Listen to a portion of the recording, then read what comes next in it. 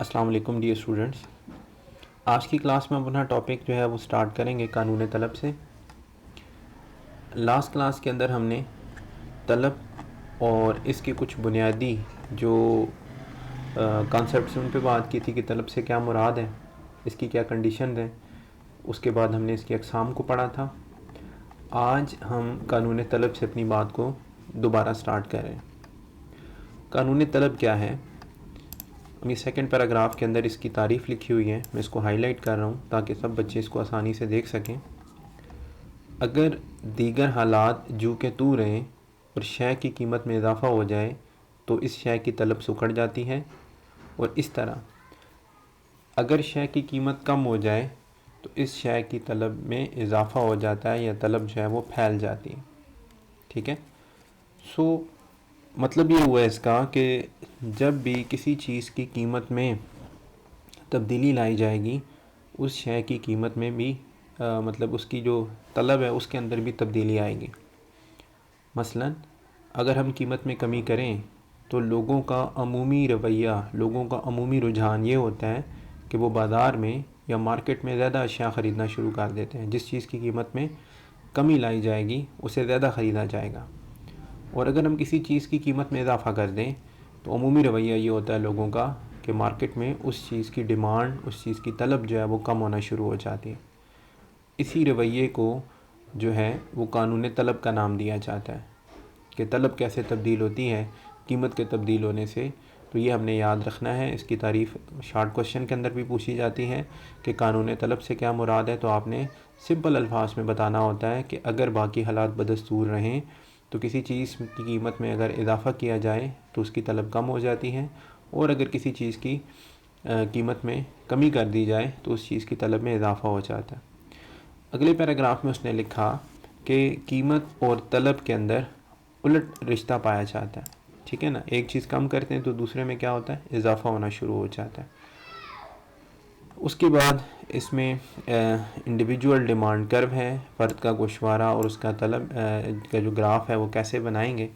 इस चीज़ के लिए हम एक छोटे से पहले टेबल की मदद लेंगे। देखें, फर्स्ट कॉलम के अंदर हमने एक शय घी और उसकी कीमत को लिखा है जो कि फ़ी किलोग्राम लिखी हुई है।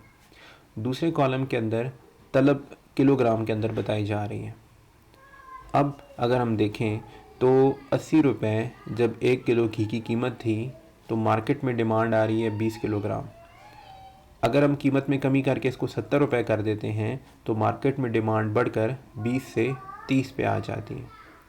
इसी तरह अगर हम कीमत में मज़ीद कमी करते हैं, 70 रुपये से 60 रुपये का किलो कर देते हैं घी, तो हमारी डिमांड बढ़कर 40 पे चली जाती है, और 50 रुपये 1 किलोग्राम कीमत होने की सूरत में आपकी जो डिमांड है वो 50 किलोग्राम आ रही होती है। ठीक है। इस टेबल के अंदर हम उस रवैये को देख रहे हैं कि जो हमने ऊपर तारीफ़ के अंदर पढ़ा कि जैसे जैसे कीमत में कमी करते हैं, ठीक है जी, जैसे जैसे हम अब कीमत में क्या कर रहे हैं, कमी कर रहे हैं, वैसे वैसे हमारी जो डिमांड है वो हमें बढ़ती हुई नज़र आ रही है कि 20 से 30, 30 से 40 और 40 से 50 होती चली जा रही है। अब इसके बाद इसकी जो डायग्राम है इसको अगर हम देखें तो क्या है कि हमने जो ऊपर इन्फॉर्मेशन ये टेबल के अंदर बनाई है इसको नीचे यहाँ प्लॉट करना होता है। जो कीमत है वो आपकी वाई एक्सिस पे आएगी और जो तलब है वो आपकी एक्स एक्सिस पे आएगी। ठीक है, ये डायग्राम बनी हुई है। इसमें ये आपका एक्स एक्सिस है और ये आपका वाई एक्सिस है। ठीक है, वाई एक्सिस पे आपने कीमत लिखी है और एक्स एक्सिस पे आपने तलब किलोग्राम के अंदर लिखी है। तो ओरिजिन से हमने स्टार्ट किया, मैक्सिमम जो हमारे पास तलब है वो 50 तक जा रही है 20 से शुरू हो के, तो हमने यहाँ पे 10 के गैप से तलब जो है उसके यूनिट्स यहाँ लिख दिए कि जी 10 है, 20 है, 30 है, 40 और 50। कीमत कम से कम जो है वो 50 है, ज़्यादा से ज़्यादा जो है वो 80 है। इसका मतलब हमें मैक्सिमम 80 तक की जो इन्फॉर्मेशन है यहाँ प्लॉट करनी है। तो हम यहाँ 0 से 10 के गैप से हमने प्राइस प्लॉट कर दी, 10, 20, 30, 40, 50, 60, 70, 80। अब क्या करना है, अब इन कम्बिनेशन को ज्वाइन करना है, यानी 80 रुपये पे आपकी तलब कितनी थी, 20। तो 80 को पॉइंट ए पे आपने 20 के साथ ज्वाइन कर दिया। 70 रुपये पे आपकी तलब थी 30, तो 70 रुपये पे आपने पॉइंट बी पे 30 के साथ ज्वाइन कर दिया। 60 रुपये पे 40 और 50 पे 50, ठीक है। तो ये 60 पे सी पॉइंट पे 40 और 50 रुपये कीमत पे 50 किलोग्राम की तलब आ रही थी। उसके बाद जब हम इन A B C D point को ज्वाइन करते हैं तो ये डिमांड कर्व बन जाता है, जिसे डी डी कर्व भी कहा जाता है, ठीक है। ख़त तलब, उर्दू के अंदर ख़त तलब इसे कहा जा रहा है और इंग्लिश में इसे डिमांड कर्व कहा जाएगा, ठीक हो गया। तो हमने 3 चीज़ें समझ ली। सबसे पहले कानून तलब की तारीफ़ हमने समझ ली, उसके बाद हमने ये टेबल समझ लिया और तीसरी चीज़ हमने ये डायग्राम समझ ली। अब इसके बाद इसकी कुछ खसूसियात लिखी हुई हैं कि मतलब आपका जो ख़त तलब है इसकी क्या खसूसियात होती हैं। इसको बेशक हम स्किप कर दें टॉपिक को तो कोई इशू नहीं है, ठीक है, सवाल में इतना अहम नहीं है। आगे चल के ये ऐसा है अहम कि ख़त तलब के झुकाव मनफी होने की वजूहात, यानी ये जो नेगेटिवली स्लोप बना है, मनफी झुकाव से मुराद ये है कि एक डायग्राम इस तरह अगर लेफ़्ट राइट डाउनवर्ड जा रही होती है तो ये मनफी झुकाव रखती हैं, ठीक है ना। मिसाल के तौर पे अगर मैं यहाँ पे एक डायग्राम बनाता हूँ और इसमें एक डायग्राम यू बनती है तो देखें ये पॉजिटिवली स्लोप है, इसके बारे में कहा जाता है कि ये लेफ़्ट टू राइट अपवर्ड जा रही है, ऊपर की तरफ जा रही है। और अगर यू बने जैसे हमारा डिमांड कर्व बना हुआ है, ठीक है, तो ये जो चीज़ है इसे कहेंगे जी ये नेगेटिवली स्लोप है, मनफी झुकाव, ठीक है ना। ये जो उर्दू के अंदर लफ्ज़ लिखा हुआ है ना मनफी झुकाव, मैं इस चीज़ की बात कर रहा हूँ कि अगर इस तरह बना हुआ है तो ये पॉजिटिव स्लोप है, इस तरह बना हुआ है तो ये नेगेटिव स्लोप है, ठीक है।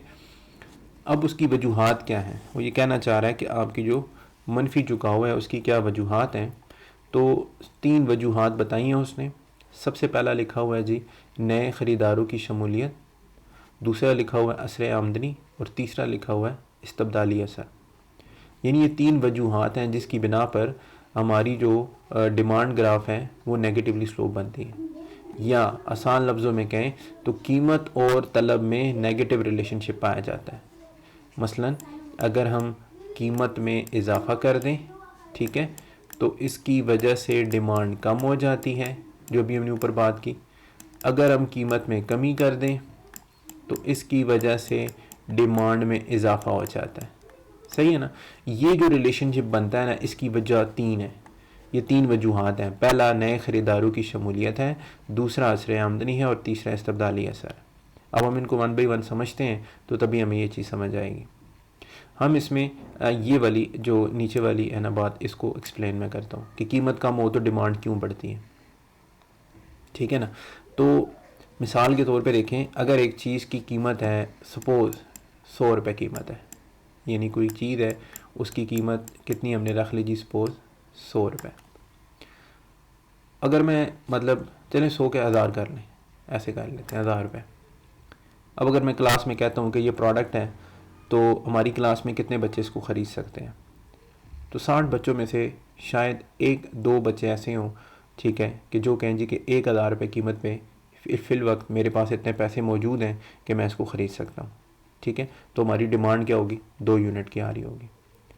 अब अगर हम इसकी कीमत 1000 से कम करके 500 कर दें तो शायद 3-4 लोग तैयार हो जाएं। अगर हम इसकी प्राइस कम करके 100 कर दें शायद 7-8 लोग तैयार हो जाएं। अगर मैं इस चीज़ की कीमत 10 रुपये कर दूं तो शायद क्लास का मैक्सिमम हिस्सा जो है वो इस चीज़ को ख़रीदने की ताकत रखता होगा। समझ आ रही बात कि कीमत को हम कम करते जा रहे हैं तो क्या हो रहा है, ख़रीदारों की तादाद में इजाफा होता चला जा रहा है, लोग पहले के मुकाबले में ज़्यादा होते जा रहे हैं, ख़रीदार ज़्यादा होते जा रहे हैं। यानी लोगों के पास जो पैसा मौजूद है उस पैसे को सामने रखते हुए अब वो चीज़ उनकी रेंज में आती जा रही है। पहले वो महंगी थी, उसे ख़रीद नहीं पा रहे थे, अब जब वो सस्ती हो रही है तो लोग उसे ख़रीदना शुरू कर देंगे। इस चीज़ को कहा जाता है नए ख़रीदारों की शमूलियत, कि जब भी कीमतें कम होती हैं तो डिमांड में इस वजह से इजाफा होता है कि नए ख़रीदार शामिल हो रहे होते हैं। दूसरी चीज़ है असर आमदनी। असर आमदनी क्या चीज़ है, असर आमदनी ये है कि मिसाल के तौर पे हमारे पास एक चीज़ है, सपोज़ हम इसकी कीमत रखते हैं 100 रुपये, ठीक है। सपोज़ किया कि हमारे पास जो कीमत आ रही है वो आ रही है इसकी 100 रुपये, ठीक है जी। ये तो इसको मैं रब करना चाह रहा हूँ लेकिन रब नहीं हो रहा। अच्छा चले नए सिरे से यहाँ पे लिख लेते हैं।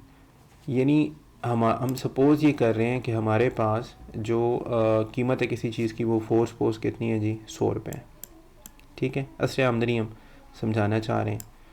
और उस शख्स के पास जो पैसे हैं, ठीक है ना, मतलब आमदनी है, सपोज़ करते हैं कि उसकी जो इनकम लेवल है वो भी कितना है जी, 100 रुपये, ठीक है। एक शख्स के पास 100 रुपये मौजूद है और जिस चीज़ को वो ख़रीदना चाह रहा है उसकी कीमत 100 रुपये है। अब अगर हम ये करें कि इस चीज़ की कीमत को 100 रुपये के हिसाब से अगर देखें तो ये शख्स इन 100 रुपये में 1 यूनिट ख़रीद पाएगा मैक्सिमम, कि 100 रुपये उसकी जेब में मौजूद है, 100 रुपये की वो चीज़ है, तो वो शख्स इस चीज़ का कितने यूनिट ख़रीद पाएगा, 1। अब अगर मैं इसकी कीमत 50 कर दूँ, कीमत क्या कर दूँ जी, 50, तो इन 100 रुपये में अब वो कितने यूनिट ख़रीद पाएगा, 2, यानी 2 यूनिट वो ख़रीद सकता है इस चीज़ के। अब अगर मैं कीमत कर देता हूँ सपोज़ 20, अब कितने यूनिट ख़रीद पाएगा, 20 रुपये का 1 यूनिट हो, 100 रुपये जेब में हो तो 5 यूनिट ख़रीदे जा सकते हैं। अगर 10 रुपये कीमत हो जाए तो 100 रुपये में अब कितने यूनिट ख़रीद सकता है, 10 यूनिट ख़रीद सकता है। और अगर मैं कहूँ जी 1 रुपये कीमत है तो अब वो इस चीज़ के कितने यूनिट ख़रीद पाएगा, 100 यूनिट, सॉरी यहाँ पे 1 लिखता हूँ, यानी कीमत अगर 1 रुपये हो जाती है तो अब 100 रुपये में वो कितने यूनिट ख़रीद पाएगा, 100 यूनिट ख़रीद पाएगा। तो देखिए क्या हो रहा है, उस शख्स के पास आमदनी जो है ना, उसकी आमदनी ये फ़िक्स है, ये नहीं तब्दील हो रही। कीमत कम होने की वजह से क्या हो रहा है कि वो शख्स पहले के मुकाबले में ज़्यादा ख़रीदने के काबिल होता जा रहा है, यानी उसकी परचेजिंग पावर बढ़ती जा रही है, उसकी क़ुव्वत ख़रीद में इजाफा होता जा रहा है। इस चीज़ को कहा जाता है असर आमदनी, ठीक है ना। यानी उसके पास आमदनी फ़िक्स है लेकिन उन रुपयों की जो परचेजिंग पावर है, उन रुपयों की जो क़ुव्वत ख़रीद है उसमें इजाफा होता चला जा रहा है। सो हम ये कहते हैं कि जब भी कीमतें गिरती हैं तो डिमांड बढ़ती है, उसकी एक वजह क्या है, असर आमदनी, कि लोगों की क़ुव्वत ख़रीद में इजाफा हो जाता है, सो वो पहले के मुकाबले में ज़्यादा ख़रीदने के काबिल हो जाते हैं और शायद वो ज़्यादा ख़रीदते हैं। आखिरी चीज़ है इस्तबदाली असर, यानी जो ये डिमांड का नेगेटिव रिलेशनशिप है उसमें लास्ट जो मतलब जो वजह है वो क्या है, इस्तबदाली असर। इंग्लिश में इसे कहा जा रहा है सब्स्टिट्यूशन इफेक्ट। सब्स्टिट्यूट क्या होते हैं, हमने ऊपर पढ़ा कि एक चीज़ जो दूसरे का मुतबादल हो, एक की जगह दूसरी चीज़ अगर इस्तेमाल हो जाए, दोनों एक जैसा काम करती हों अशिया, उन्हें मुतबादल कहा जाता है, ठीक है। मिसाल के तौर पे हम ये कहते हैं कि हमारे पास एक चीज़ है जी पेप्सी, ठीक है, और दूसरी चीज़ है कोक। सपोज़ करते हैं कि ये दोनों चीज़ें आपस में क्या हैं, मुतबादल हैं, ठीक है। अब अगर सपोज़ करें कि दोनों की कीमत 20 रुपये हो, कितनी हो जी, 20 रुपये, ठीक है। तो मुतबादल अशिया हैं, कोई बंदा पेप्सी पीना चाहेगा तो पेप्सी पी लेगा, कोक पीना चाहेगा तो कोक पी लेगा। लेकिन अगर हम पेप्सी की कीमत 10 रुपये कर दें तो क्या होगा, हमने पेप्सी की कीमत 20 रुपये से कम करके कितनी कर दी, 10 रुपये। अब डिमांड बढ़ेगी, लॉ ऑफ डिमांड कहता है कि जब भी कीमत कम होगी तो डिमांड बढ़ेगी। अब उसमें पहली वजह क्या है, नए ख़रीदारों की शमूलियत, कि पहले जो 20 पे नहीं ख़रीद पा रहे थे शायद वो 10 पे ख़रीदने के काबिल हो जाए, तो डिमांड बढ़ेगी। दूसरी वजह क्या है, असर आमदनी, ठीक है। असर आमदनी क्या है कि हमने कहा कि जो हर एक शख्स के पास आमदनी का लेवल मौजूद है उसमें उसकी परचेजिंग पावर या क़ुव्वत ख़रीद बढ़ जाती है, तो वो पहले के मुकाबले में ज़्यादा ख़रीदने लग जाता है। तीसरा असर ये होगा कि लोग मुतबादिल शय यानी कोक को छोड़ के किसकी तरफ शिफ्ट होना शुरू हो जाएंगे, पेप्सी की तरफ आने लग जाएंगे, क्योंकि वो इन दोनों को मुतबादिल समझते हैं। तो वो कहेंगे कि हम एक महंगी चीज़ क्यों ख़रीदें जबकि इसका सब्स्टिट्यूट या इसका मुतबादिल जो है वो हमें क्या मिल रहा है, सस्ता मिल रहा है। सो तीसरा जो इफ़ेक्ट है ये सब्स्टिट्यूशन इफ़ेक्ट कहलाता है, कि लोग महंगे मुतबादिल को छोड़ के सस्ते को मज़ीद ख़रीदना शुरू कर देते हैं। इसलिए जब भी किसी चीज़ को सस्ता किया जाएगा, उसकी कीमत में कमी की जाएगी, तो उसकी डिमांड में क्या होगा, इजाफा होगा, ठीक है। अब ये 3 चीज़ें आपने याद रखनी हैं अगर ये सवाल आ जाता है कि ख़त तलब का झुकाव मनफी क्यों होता है, ठीक है। ख़त तलब का झुकाव मनफी क्यों होता है, तो आपने उसमें ये 3 बातें बतानी होती हैं कि ख़त तलब का झुकाव इसलिए मनफी होता है कि सार्फिन की तादाद में इजाफा होता है, जो तब्दील होती है, परचेजिंग पावर तब्दील होती है, और लोग जो है वो असर इस्तबदाल के तहत सस्ती चीज़ को ज़्यादा ख़रीदते हैं, ठीक है। शॉर्ट क्वेश्चन के अंदर ये चीज़ आ सकती है। इसके बाद नेक्स्ट चीज़ हमारे पास है कि असर क्या नाम है, कानून तलब के मफरूज़ात। ठीक है, कानून तलब के मफरूज़ात क्या हैं बेसिकली, कि वो कौन सी ऐसी शराइत हैं कि जिनको हमें लाजमी पूरा करना होगा अगर हम ये चाहते हैं कि ला जो है उस पर लोग अमल कर रहे हों। तो सबसे पहली शर्त है सार्फिन की आमदनी न बदलें। यानी हम ये सपोज़ करते हैं कि अगर आप ये चाहते हैं कि कीमत के तब्दील होने से डिमांड में तब्दीली आए, तो आपने लोगों की आमदनी तब्दील नहीं होने देनी, क्योंकि अगर आमदनी तब्दील हो जाए तो लोग शायद ला पे उस तरह से अमल ना करें जिस तरह हमारा ला कह रहा है। यानी ला कहता है कि कीमत बढ़ाओगे तो डिमांड कम हो जाएगी, लेकिन अगर एक शख्स की आमदनी में इजाफा होने लग जाए तो शायद वो बढ़ती हुई कीमतों की परवाह नहीं करेगा। वो शायद महंगी से महंगी चीज़ भी ख़रीदने के लिए तैयार हो जाएगा अगर उसकी आमदनी में इजाफा होता चला जा रहा है। अगर आप चाहते हैं कि कीमत बढ़े और लोग डिमांड कम कर दें, तो लोगों की आमदनी जो है, सार्फिन की जो आमदनी है, उसको आपने तब्दील नहीं होने देना। इसके बाद सेकंड पॉइंट है जी, सार्फिन की पसंद या उसकी जो आदत हैं वो ना बदलें।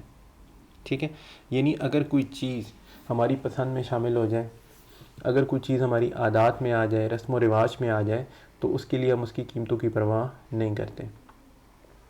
मिसाल के तौर पे एक चीज़ फ़ैशन में आ गई जी, तो जैसी वो चीज़ फ़ैशन में आएगी तो अब हमने उसको ख़रीदना ही ख़रीदना है, हम उसकी कीमत की परवाह नहीं करेंगे। या एक चीज़ आपको पसंद है तो आप सस्ती या महंगी के चक्कर में नहीं पड़ते, आप उस चीज़ को ख़रीदते हैं। तो अगर लोगों की पसंद तब्दील हो रही हो, आदत तब्दील हो रही हो, रस्म व रिवाज या फ़ैशन तब्दील हो रहा हो, तो लोग ला पे अमल नहीं करते। इसलिए हमें ये सपोज़ करना पड़ता है मफरूज़ात के अंदर कि सार्फिन जो है उनकी तलब में तब्दीली नहीं आएगी। इसके बाद है सार्फिन की तादाद ना बदले। सार्फिन की तादाद ना बदलने से क्या मुराद है कि जो सार्फिन ठीक है आपके पास मौजूद हैं, जब आप ला को प्रूफ करने जा रहे हैं, उनकी तब्दीली नहीं आएगी, ना ये तादाद कम होगी ना ही ये तादाद ज़्यादा होगी। मसलन अगर किसी वजह से आबादी में इजाफा हो जाए, ठीक है, सार्फिन की तादाद में इजाफा हो जाए, तो क्या होगा कि चीज़ें जो मार्केट में हैं शायद वो ज़रूरत के मुकाबले में कम हो जाए। अब जब चीज़ें शार्ट होती हैं, डिमांड ज़्यादा होती है, लोग ज़्यादा होते हैं, चीज़ें शार्ट हो जाती हैं तो महंगी हो जाती हैं। अब लोगों को पता है कि और तो है नहीं, तो वो उन कम चीज़ों को ज़्यादा कीमत पे भी ख़रीदने के लिए तैयार हो जाते हैं। हालांकि ला कहता है कि जब भी कीमतें बढ़ेंगी लोग तलब में कमी करेंगे, लेकिन जब सार्फिन की तादाद बढ़ रही हो, माइग्रेशन हो रही हो, आबादी में इजाफा हो रहा हो, तो फिर लोग क्या है कि वो महंगी जो है अशिया वो उनको भी ख़रीदते चले जाते हैं। अगर हम इसके अपोजिट देखें कि यानी एक इलाके में सपोज ऐसा कि ज़लज़ला आ गया या कोई सैलाब आ गया, लोग उस इलाके से मूव कर गए, दूसरे इलाके की तरफ चले गए, सार्फिन की तादाद कम हो गई। अब अशिया शायद बहुत ज़्यादा रह जाएंगी इलाके में, लोग कम हो जाएंगे, तो अब अगर आप कीमत कम भी करेंगे ना तो डिमांड में इजाफा नहीं होगा, क्योंकि सार्फिन की तादाद ही कम होती जा रही है। इसलिए हमने ये सपोज़ किया कि सार्फिन की तादाद में भी तब्दीली नहीं आएगी। इसके बाद फोर्थ वन पॉइंट है, अशिया जो मुतबादिल हैं उनकी कीमतें ना बदलें। जैसे अभी हमने ऊपर भी जिक्र किया कि जैसे पेप्सी और कोक है, इस तरह की जो मुतबादिल अशिया उनकी कीमतों में तब्दीली नहीं आनी चाहिए। अगर कीमतें तब्दील होंगी तो लोग ला पे अमल नहीं करेंगे। जैसे अभी हमने कहा कि जी पेप्सी की कीमत हमने कम की है, तो लोग कोक को छोड़ के किस तरफ आ जाएंगे, पेप्सी की तरफ आ जाएंगे। हम सपोज़ करते हैं ये वाली कहानी जो भी हमने ऊपर की कि पेप्सी की कीमत 20 से 10 हुई और कोक 20 से कम होकर 5 पे आ गई। अब क्या होगा, अब लोग पेप्सी को छोड़ के किधर भागेंगे, कोक की तरफ। हालांकि पेप्सी की कीमत कम हुई है, 20 से 10 हुई है, लेकिन पेप्सी की डिमांड में इजाफा नहीं होगा। इसलिए हमें ये सपोज़ करना पड़ेगा कि जिस चीज़ की कीमत हम तब्दील कर रहे हैं जैसे पेप्सी, तो बाकी तमाम चीज़ों को जो की चीज़ें हैं मुतबादिल अशिया हैं उनकी कीमतों को आपने तब्दील नहीं होने देना। ठीक है, इसके बाद ज़र की बैरूनी कदर ना बदले, यानी जो हमारी पाकिस्तानी रुपया है डॉलर के मुकाबले में इसकी जो कीमत है वो कम या ज़्यादा ना हो। ठीक है, नहीं तो लोग जो है वो इस पर अमल नहीं करेंगे ला पे। मिसाल के तौर पे जैसे आज मैं कहता हूँ कि $1 जो है, सपोज़ इसके आते हैं 100 रुपये। ठीक है, सपोज़ कर लें अगर $1 जो है इसके हो जाए 150, इसका मतलब क्या हुआ, हमारी करेंसी की वैल्यू कम हो गई। हम पहले थोड़े रुपए दे के $1 ख़रीदते थे और अब हम $1 ख़रीदने के लिए पहले के मुकाबले में ज़्यादा रुपए दे रहे हैं। ठीक है ना, इस सूरत हाल के अंदर क्या होगा कि चीज़ें हमारे मुल्क में महंगी होना शुरू हो जाएंगी, जो इम्पोर्टेड अशिया हैं जो बाहर से आती हैं वो महंगी हो जाएंगी। तो फिर क्या होगा कि लोग जो है उस शायद ला पे अमल ना कर रहे हो, ठीक है ना। और अगर हुकूमत इसकी करेंसी की वैल्यू को ख़ुद से चेंज कर दे, मतलब इस तरह कर दे कि 150 से 100 पे ले जाए, तो चीज़ें ऑटोमेटिकली सस्ती हो जाएंगी। तो बेशक कीमतें तब्दील हो भी रही हों तो लोग उन्हें फिर भी ख़रीदते रहेंगे, क्योंकि एक्सचेंज रेट की तब्दीली की वजह से। इसलिए हमने सपोज़ ये करना है कि ज़र की जो बैरूनी कदर है उसको भी तब्दील आपने नहीं होने देना। इसके बाद छठा पॉइंट है जी, शय का नेमुल बदल दरियाफ़्त ना हो। आपने कोई नया सब्स्टिट्यूट डिस्कवर नहीं करना।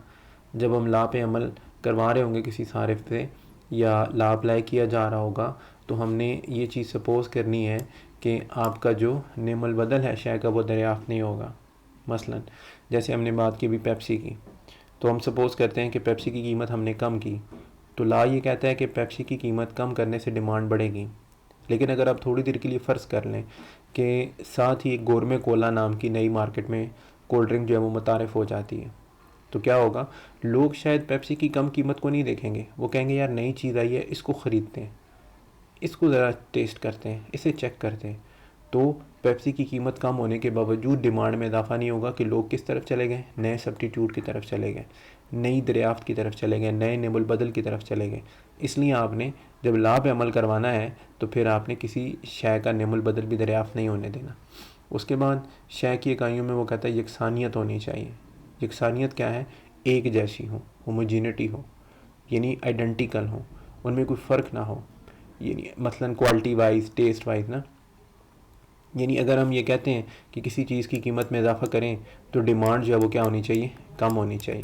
लेकिन अगर हम कीमत बढ़ाने के साथ साथ उस चीज़ की क्वालिटी भी इन्हांस कर दें तो शायद डिमांड कम ना हो, तो कीमत बढ़ती रहे, क्वालिटी बढ़ती रहे, तो लोग ज़्यादा कीमत पे भी वो चीज़ ख़रीदने के लिए तैयार होते रहेंगे। इसलिए आप जो है ये कह रहे हैं कि चीज़ों की क्वालिटी में, टेस्ट में, साइज़ में कोई तब्दीली नहीं आएगी, नहीं तो लाभ अप्लाई नहीं हो पाएगा। और आखिरी चीज़ है इसमें, शय को इम्तियाज़ी निशान के तौर पर इस्तेमाल ना किया जाए, ठीक है ना। इंग्लिश में से कहते हैं डिस्टिंक्शन, इम्तियाज़ी तौर पे ना, दूसरों को दिखाने के लिए, ठीक है। तो अगर कोई शय इम्तियाज़ी तौर पे इस्तेमाल की जाएगी, दूसरों को दिखाने के लिए इस्तेमाल की जाएगी, तो उस पर भी जो है ना आप वो ला अप्लाई नहीं कर सकते। इसलिए हम ये सपोज़ कर रहे हैं कि जो चीज़ जिस पे हम ला अप्लाई करेंगे, जो शय हम जिस पे बात करेंगे, वो नॉर्मल शय होगी, वो ऐसी नहीं होगी कि जिसको लोग दिखाने के लिए, दिखावे के लिए इस्तेमाल करेंगे, ठीक है ना। अब कैसे चीज़ें दिखावे के लिए इस्तेमाल होती हैं, मिसाल के तौर पे एक शख्स है, वो एक महंगी गाड़ी ख़रीदता है सिर्फ इस वजह से कि इलाके में उसका नाम हो जाए कि जी फ़लाँ शख्स के बाद बहुत महंगी महंगी गाड़ियाँ होती हैं, या कोई महंगी महंगी घड़ियाँ होती हैं, या इसके पास बहुत महंगे महंगे घर होते हैं। तो ऐसा शख्स फिर कीमतों की परवाह नहीं करता, वो दिखावे के लिए चीज़ों को ख़रीद रहा होता है, तो वो महंगी से महंगी चीज़ ख़रीद के भी रख सकता है और वो ला पे अमल नहीं कर सकता। तो हमने क्या करना है, जिस चीज़ पे ला अप्लाई किया जा रहा होगा उस शय का जो है ना इस्तेमाल कैसा होना चाहिए, इम्तियाज़ी नहीं होना चाहिए, ठीक है जी।